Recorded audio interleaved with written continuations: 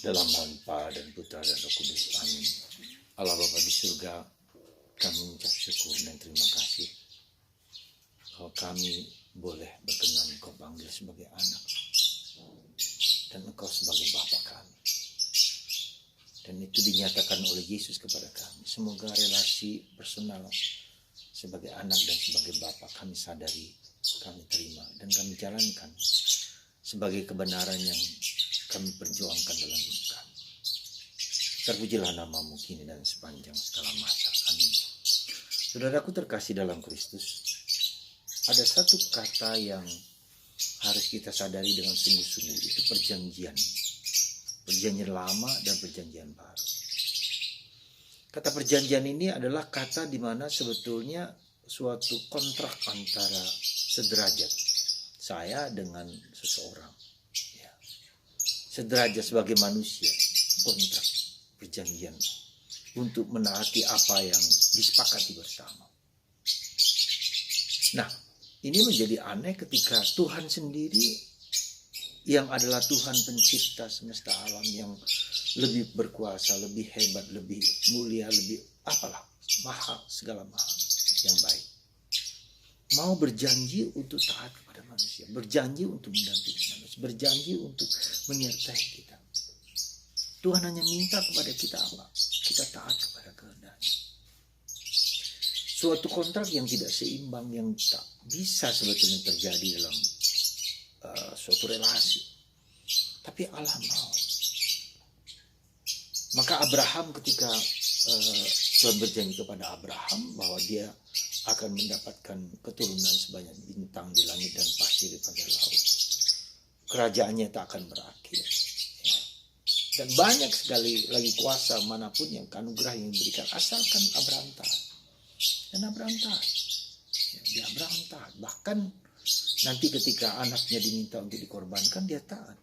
Meski tidak mudah. Pengalaman iman Abraham sebagai bapak Abraham bukanlah yang gampang. Di usia tuanya dia diminta justru dari istrinya lah, Sarah, ya, akan lahir seorang anak. Dan tanda kesediaan dan pertobatan itu adalah penggantian nama dari Abraham menjadi Abraham, dari Sarah menjadi Sarai. Ya. Dan ini menjadi suatu tanda kesetiaan Allah yang kekal abadi, dan manusia untuk juga belajar setia dan taat kepadanya. Itu saudaraku kata perjanjian. Maka perjanjian lama ini menjadi perjanjian yang tak dapat dan tak mampu disetiai oleh manusia karena keberdosaan manusia. Maka itulah kita ada perjanjian baru, di mana yang membaharui itu adalah Tuhan sendiri dengan memberikan putranya Yesus, memberikan sabdanya, memberikan kemanusiaan. Maka Yesus mengatakan, kalau kamu taat kepada firman-Ku, kamu tidak akan mati.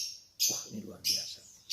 Ketika kamu taat menghayati kehendak Allah, kamu tidak akan mati. Kamu tidak akan binasa.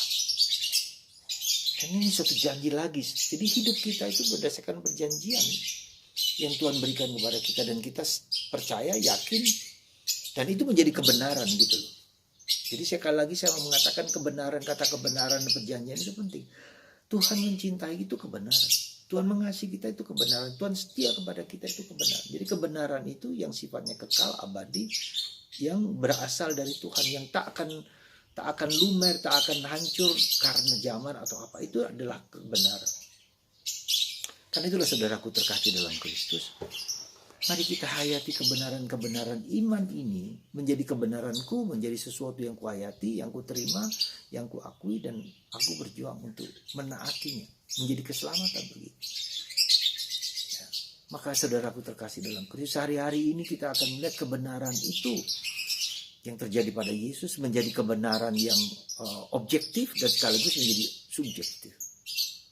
Ketika itu menjadi subjektif, saya tidak lagi menjadi penonton. Saya ikut terlibat di dalam kebenaran itu. Dan kebenaran itulah yang memerdekakan saya. Kita bisa mengatakan kebenaran ketika teruji dalam sejarah waktu. Ribuan tahun ketika Abraham dipanggil sampai Yesus, itu kebenaran yang teruji, yang tak tak tergoyahkan.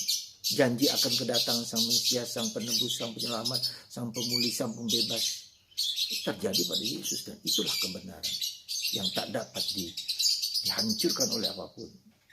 Itulah kesetiaan Tuhan. Jadi kebenaran itu adalah Yesus sendiri. Kebenaran itu adalah sabda Allah. Maka mari saudaraku, kita mohon rahmat supaya kita mengalami kasih Tuhan yang melimpah. Kita mengalami kebenaran itu dalam diri Yesus. Dan kita percaya dan yakin. Dan kita perjuangkan juga. Jadi bukan hanya percaya dan yakin, tapi kita perjuangkan juga. Ya, kita jadikan itu menjadi subjektif. Kita seringkali mudah melihat itu sebagai objektif, sebagai sesuatu yang kita pandang, tapi belum masuk ke dalam pribadi kita. Antara subjektif dan objektif ini menjadi sesuatu yang menguat, mengikat, dan menyatukan. Maka mari saudaraku terkasih, semoga Anda dan saya dan kita semua sungguh-sungguh percaya akan janji Tuhan, dan itu menjadi kebenaran yang masuk dalam pikiran, perasaan, budi, tubuh, ragaku semua. Berkat Tuhan atas Anda semua hari ini dan sekarang menjelang Paskah ini. Kebenaran-kebenaran itu diuji lewat penderitaan, lewat kesakitan, lewat jatuh bangun kehidupan kita. Tuhan memberkati Anda dan saya. Bapa, Putra,